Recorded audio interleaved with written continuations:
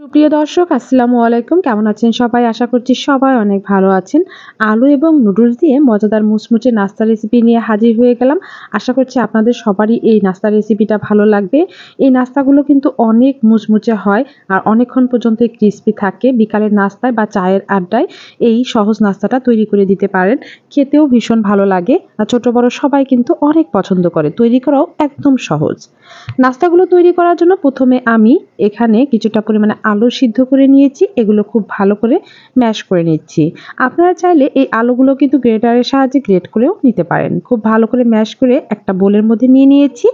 আলুর মধ্যে এখন আমি হাফ কাপ পরিমাণে পেঁয়াজ কুচি আর 4 থেকে 5টা কাঁচামরিচ কুচি দিয়ে দিলাম। হাফ চামচ পরিমাণে চিলি ফ্লেক্স, হাফ চামচ পরিমাণে দিয়ে দিয়েছি চাট মশলা, হাফ চামচ পরিমাণে ভাজা জিরে গুঁড়া, হাফ চামচ পরিমাণে ধনিয়া গুঁড়া আর স্বাদ মতো লবণ দিয়ে দিলাম।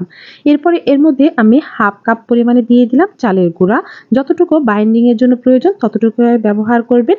আমার এখানে হাফ কাপ পরিমাণে দিয়েছিলাম, এতেই কিন্তু বাইন্ডিংটা খুব ভালো মতো হয়েছে। চালের গুঁড়ার জায়গায় আপনারা কর্নফ্লাওয়ারটাও অ্যাড করতে পারেন। আর চালের গুঁড়া বা কর্নফ্লাওয়ারটা দিলে নাস্তাগুলো কিন্তু অনেক বেশি ক্রিস্পি হয় আর খেতেও ভীষণ ভালো লাগে। এখন হাত দিয়ে খুব ভালো করে মুথে একটা সুন্দর টাইট ডো তৈরি করে নিলাম। এখন এই ডো থেকে কিছুটা পরিমাণে ডো আমি হাতের তালুতে নিয়ে সুন্দর করে ফিঙ্গার শেপ দিয়ে নাস্তাগুলো তৈরি করব। আপনারা চাইলে যে কোনো শেপই এই নাস্তাগুলো তৈরি করতে পারেন। একটা নাস্তা কিন্তু আমার তৈরি হয়ে গেল আর আপনারা ভালো করে লক্ষ্য করলে বুঝতে পারবেন এই নাস্তাগুলো আমি কিভাবে তৈরি করলাম।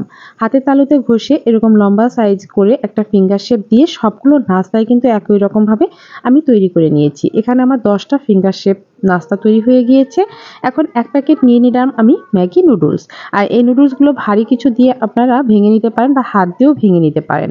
নুডলসগুলো একটা প্লেটের উপরে আমি ঢেলে নিলাম আর যে প্যাকেট মশলাটা ছিল সেই প্যাকেট মশলাটা দিয়েও এক ব্যাটার তৈরি করে নিব। তার জন্য হাফ কাপ পরিমাণে ময়দা দিয়ে দিলাম আর এর মধ্যে যে প্যাকেট মশলাটা ছিল সেই মশলাটা দিয়ে খুব ভালো করে মিশিয়ে নিলাম প্রথমেই। এরপরে পানি দিয়ে আমি ঘন একটা ব্যাটার তৈরি করে নেব। পরিমাণ মতো পানি অল্প অল্প করে দিয়ে আমি ব্যাটারটা রেডি করে নিচ্ছি। একেবারে পানি দিলে দেখা গেছে অনেকটা পরিমাণে পাতলা হয়ে যেতে পারে। খুব সুন্দর করে একটা ঘন এভাবে ব্যাটার রেডি করে নিয়েছি। এখন একটা করে নাস্তায় ব্যাটারের মধ্যে দিয়ে দেব আর কাঁটা চামচের সাহায্যে আমি উঠিয়ে নিয়ে তারপরে নুডলসের গায়ে জড়িয়ে নেব। নাস্তাগুলো তৈরি করা কিন্তু একদমই সহজ। আপনারা যদি একবার খুব ভালো করে লক্ষ্য করুন তাহলে নিজেই বুঝতে পারবেন যে তৈরি করা কতটা সহজ। নুডলস দিয়ে খুব সুন্দর করে আমি কোট করে নিচ্ছি।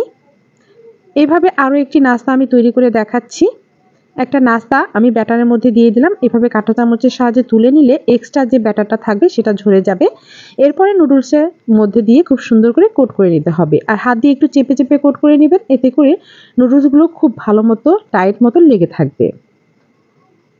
একইভাবে প্রত্যেকটা নাস্তায় কিন্তু আমি এইভাবে তৈরি করে নিয়েছি। দেখুন বন্ধুরা, সবগুলো নাস্তায় খুব সুন্দর মতো সেট হয়ে গিয়েছে আর ভাজার জন্য কিন্তু একদম রেডি হয়ে গিয়েছে। তাই আমি চুলায় কিন্তু ফ্রাই প্যানে আগে থেকেই তেল বসিয়ে দিয়েছি। তেলটা গরম হওয়ার সাথে সাথেই নাস্তাগুলো আমি দিয়ে দিচ্ছি। তেলটা প্রথম দিকে খুব ভালো করে গরম করে নিতে হবে। এরপরে চুলার আঁচটা মিডিয়ামের থেকে একটু লো হিটে ভাজতে হবে। তাহলে দেখবেন এই নাস্তাগুলো খুব ক্রিস্পি হবে, খেতেও ভীষণ মজা লাগবে আর অনেকক্ষণ পর্যন্ত এই ক্রিস্পিটা থেকে যাবে। চুলার আঁচটা মিডিয়াম হিটে দিয়ে আমি ধীরে ধীরে নাস্তাগুলো খুব সুন্দর করে উল্টিয়ে পাল্টিয়ে ভেজে নিচ্ছি। নাস্তাগুলো যখন কালার চলে আসবে তখন আমি তুলে নেব। আর এ পর্যন্ত যারা আমার ভিডিওটা দেখেছেন যদি ভালো লেগে থাকে তাহলে অবশ্যই লাইক কমেন্ট শেয়ার করে দেবেন। দেখুন নাস্তাগুলো কিন্তু আমার প্রায় ভাজা হয়ে গিয়েছে। এখন আমি তেল থেকে উঠিয়ে নেব। উল্টিয়ে পাল্টিয়ে আমি দেখে নিচ্ছি কোনো একটা নাস্তা ভাজা বাকি আছে কিনা। সবগুলো নাস্তা একইভাবে বা সমানভাবে আমার ভাজা হয়ে গিয়েছে। এইভাবেই উল্টিয়ে পাল্টিয়ে ধীরে এই নাস্তাগুলো ভেজে নেবেন। এতে করে নাস্তাগুলো খুবই ক্রিস্পি হবে। তেল থেকে তেল ঝরিয়ে এই নাস্তাগুলো আমি তুলে সার্ভিং ডিশে সার্ভ করে নিচ্ছি। দেখুন বন্ধুরা, ভাজার পরে কত সুন্দর একটা কালার চলে এসেছে এই নাস্তাগুলো। খেতে যেমন হয়েছে ভীষণ মুচমুচে, দেখতেও হয়েছে অনেকটা লোভনীয়। আর এই নাস্তাগুলো সসের সাথে খেতে ভীষণই মজার হয়। ভিতরেও খুব সুন্দর মতো এই নাস্তাগুলো কুক হয়ে গিয়েছে। একটা আমি ভেঙে দেখাচ্ছি। দেখুন বন্ধুরা, ভিতরেও কতটা সুন্দর একটা লুক চলে এসেছে। আর তৈরি করাও কিন্তু একদম সহজ। অল্প উপকরণ দিয়ে এই নাস্তাগুলো তৈরি করে নিতে পারেন। ভিডিওটা কেমন লাগলো তো অবশ্যই জানাবেন। সবাই ভালো থাকবেন, সুস্থ থাকবেন। আবারও হাজির হয়ে যাব নতুন কোনো ভিডিও নিয়ে। সে পর্যন্ত সবাই ভালো থাকুন, সুস্থ থাকুন। আল্লাহ হাফিজ।